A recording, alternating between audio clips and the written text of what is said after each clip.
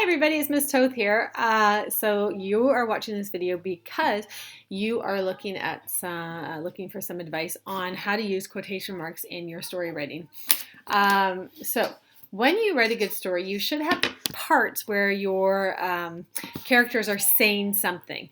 Not all stories always have talking parts, so please don't feel like you always have to try to use talking parts. However, it is important that as a developing story writer like you are, that you do experiment with the idea of using those quotation marks or those bunny ears we were talking in class. Okay, so if I want my character to talk and say something awesome, like maybe, I don't know, I'm just going to write something very silly. Let's say my character needs to meet somebody on the street and says, "How are you doing?" The words that are coming out of the character's mouth are, "How are you doing?" That starts with, that's the beginning of the character's sentence, even though the writer has already continued to write. So the beginning of the character's sentence, of course, starts with a capital, and then it is encircled or framed by those bunny ears. And those bunny ears kind of float up, float up above here and hug the top part of the letters. And then the ending quotation marks down here, right there, they go the opposite way and they finish that hug on the other side. So if we put our bunny ears up, like this, we're doing it like this. We hug our words this way. All right? So what I want you to do is when you write a story this week, I want you to try to do these beginning and end quotation marks in at least 2 characters. And it could just be something simple like, "Hi, how are you?" Okay? But the other thing that you need to remember is after the talking part is over, this is where you need to let the reader know who is talking. So, "How are you doing?" I would end it with "said Miss Toth." That would be an easy way to finish my writing, by saying the word "said Miss Toth." The word "said" is a very basic, it's like the go-to word when you are describing when somebody is talking. Okay, this is lesson number 2. The word "said" is okay to use. However, what I want you to do is to pick up a book and see if you can find some other words besides the word "said" that authors are using. So, as you know, one of my favorite stories and authors, of course, is J.K. Rowling. And I love J.K. Rowling so much that I have a Harry Potter Magical Creatures coloring book here, which kind of gets me all excited and happy. And I also have all the Harry Potter series, and this is the one that I want to show you.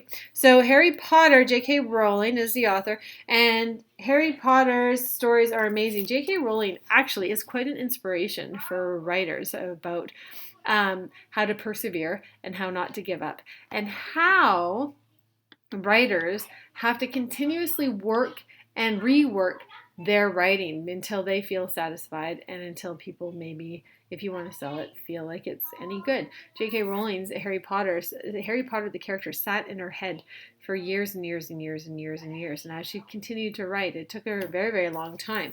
And then she came across this great character and wrote this beautiful story, which we all know. Now, I'm going to very quickly zip through this chapter. I'm just going to start with chapter 1. I'm not going to read it out loud. What I'm going to look for are words that are not said. So I'm going to scan through, and I want you to try this in one of your books. I'm scanning through, and I'm looking for any place where there might be a part where there's a talking part.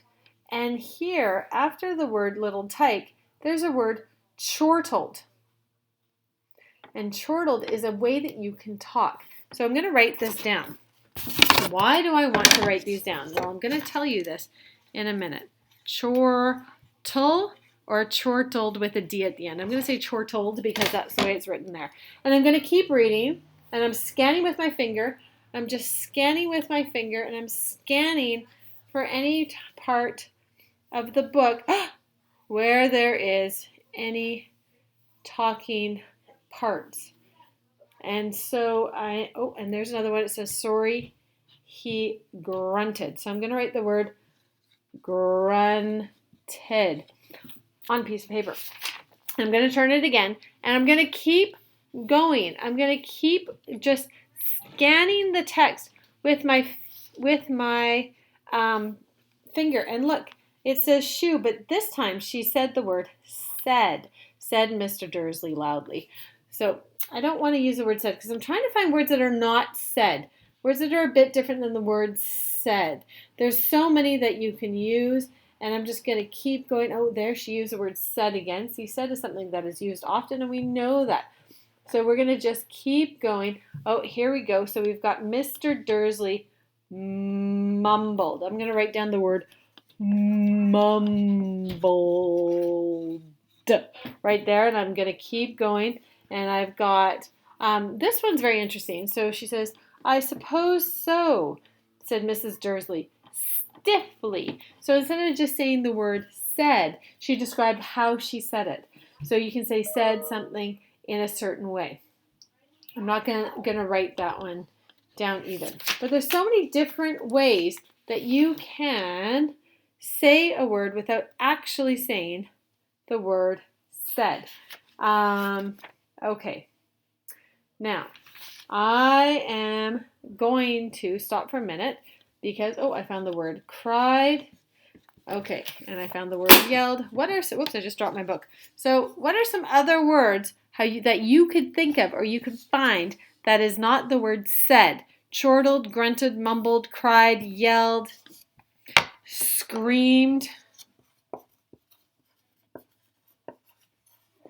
Maybe you can laugh a word.